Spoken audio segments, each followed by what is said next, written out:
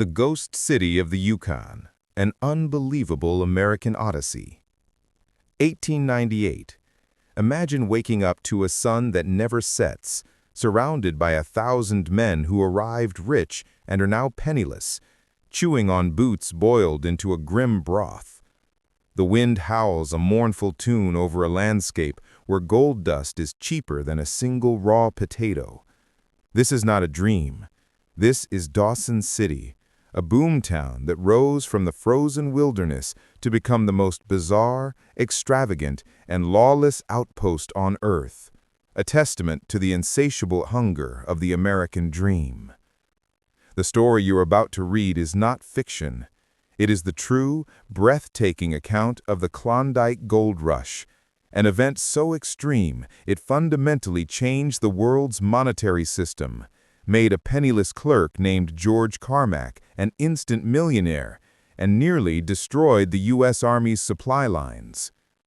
It is the story of how 100,000 people, mostly American, abandoned comfort, reason, and sanity to charge headlong into the most inhospitable territory on the continent, forging an improbable city in the subarctic that for 3 years was more populous and exciting than San Francisco. It is the story of the Stampeders, the true American pioneers of the last great frontier. 1. The Whispers of Bonanza, a spark in the silence. The year is 1896. America is struggling. The panic of 1893 had devastated the economy, plunging the nation into a bitter depression. Factories were shuttered, farms were failing, and silver, the West's lifeblood, was devalued. Millions felt trapped, looking for a miracle, a way out of the grinding poverty and class warfare that defined the Gilded Age. The Great Western Frontier, the source of American mythology, was officially declared closed. The American spirit of opportunity was running dangerously low. Meanwhile, 2,500 miles north of Seattle, in a vast, silent wilderness governed by the unforgiving rhythm of the Yukon River, lived a tiny, motley community of prospectors, trappers, and indigenous people. Among them was George Washington Carmack, a wiry, former California trapper known for his easygoing nature and for having gone native. Carmack was married to Xiao Tla, known to white settlers as Kate, a Tagish woman from a prominent local family, and he spent his days fishing and drifting with his companions Skookum Jim Mason and Dawson Charlie Ka Gooks, both members of Xiao Tla First Nation. The largest haul was aboard the steamer Excelsior, which docked in San Francisco on July 14, 1897. But the true unforgettable revelation came 3 days later. 2. The shockwave, the day the American press went mad. On July 17, 1897, the rusty, foul-smelling steamer SS Portland limped into the harbor at Seattle, Washington. Its arrival was scheduled to be a minor item of local news. Instead, it became the flashpoint for the largest, most frantic mass migration in North American history. As the Portland tied up at the dock, a newspaper reporter, Berthold H.O. Frizzell of the Seattle Post-Intelligencer, spotted a sight that made him drop his notebook. Down the gangplank, moving slowly, came a line of men, haggard, bearded, dressed in tattered, strange woolen clothes, who were carrying not trunks, but sacks.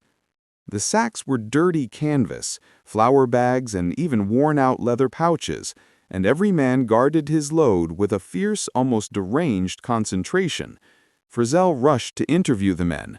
One of the miners, Clarence Berry, a former chicken farmer from California, simply grinned and gestured toward his bundles. "How much?" Frizzell asked, his voice shaking. 1,300 pounds of Klondike gold, Berry stated simply. He and his wife, Ethel, a former school teacher, had pulled out over $130,000 in gold, the equivalent of over $4.8 million today, in a single season. Frizzell, a seasoned journalist, didn't hesitate. He raced to the office and penned a headline that would become immortal. The next morning, the July 17, 1897 edition of the Seattle Post-Intelligencer hit the streets with a banner headline that changed the course of thousands of lives. Gold, gold, gold. 68 rich men on the steamer Portland. Stacks of yellow metal. The headline was a masterpiece of sensationalism and truth. The Portland had brought with it more than $700,000 in raw gold, over $25 million in today's value. The total amount brought by the two steamers, the Excelsior and the Portland, was enough to immediately shift the entire national sentiment. The depression-weary American public, desperate for a second chance, saw their miracle in the front-page photograph of the miners, their faces grim but their sacks glowing. The mad rush began. The reaction was instantaneous and apocalyptic. The gold rush did not begin slowly. It began in a singular, chaotic burst of collective mania. In Seattle, the city council immediately adjourned en masse. Half its members literally left their seats to book passage north. A former U.S. congressman from Wisconsin, Colonel W.F. Cody, better known as Buffalo Bill, canceled his European tour to stake his own claim. A preacher in Oregon delivered a sermon, The Way to Salvation, then caught a train, leaving his congregation behind. The clerk who was carrying the $700,000 in gold from the Portland to the Seattle assay office quit his job as soon as he delivered the last sack. He turned around, bought a ticket, and left for the Klondike. A Boston lawyer received the news and immediately sold his law practice for a quarter of its value, bought a ticket, and wrote his family, "I shall have gold or die." This phenomenon, unprecedented in its scale and speed, became known as the Klondike Stampede, or the Rush of '98. Within a year, approximately 100,000 people, ranging from barbers and preachers to professors and prostitutes, were moving north. It was the purest expression of American reinvention, a chance to throw off the constraints of society and start anew, fueled by the hope that a few feet of frozen creek bed could solve every problem. 3. The Chilkoot and White Pass Trails, the Gates of Hell. To reach the goldfields of the Klondike, a stampeder had two main, impossibly grueling options, both originating from the American port town of Skagway, Alaska: the Chilkoot Trail and the White Pass Trail.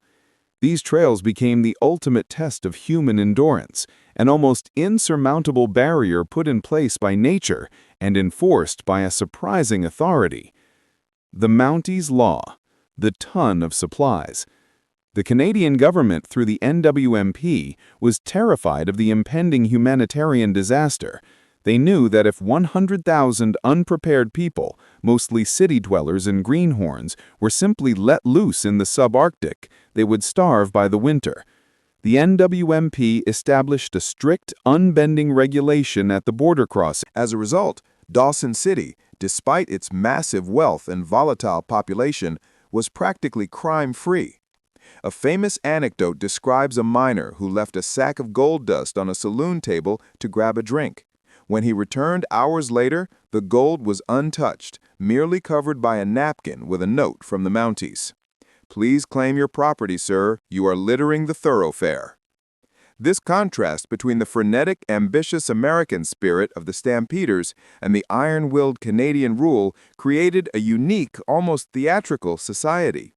It was a bizarre, short-lived experiment in what happens when the absolute desire for wealth is held in check by absolute law.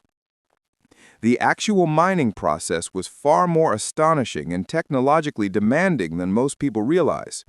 The gold was not merely lying on the surface, it was locked in the creek gravel, and the entire ground was permafrost, solid frozen earth that was as hard as concrete. This challenge gave rise to an ingenious, counterintuitive mining technique called thawing by fire. Sinking the shaft, the miners had to sink their shafts through the permafrost, sometimes 20 to 30 feet deep, to reach the pay dirt layer, the gravel. They did this by building a fire, a wood fire on the frozen ground at the bottom of the shaft. The slow burn. The fire would be allowed to burn for a few hours. When the fire died, it would have thawed only a few inches of the surrounding permafrost. Then the miners would chip away the newly thawed gravel, hoist it to the surface, and immediately start a new fire. The overburden. All winter long, the miners simply hoisted the rich gravel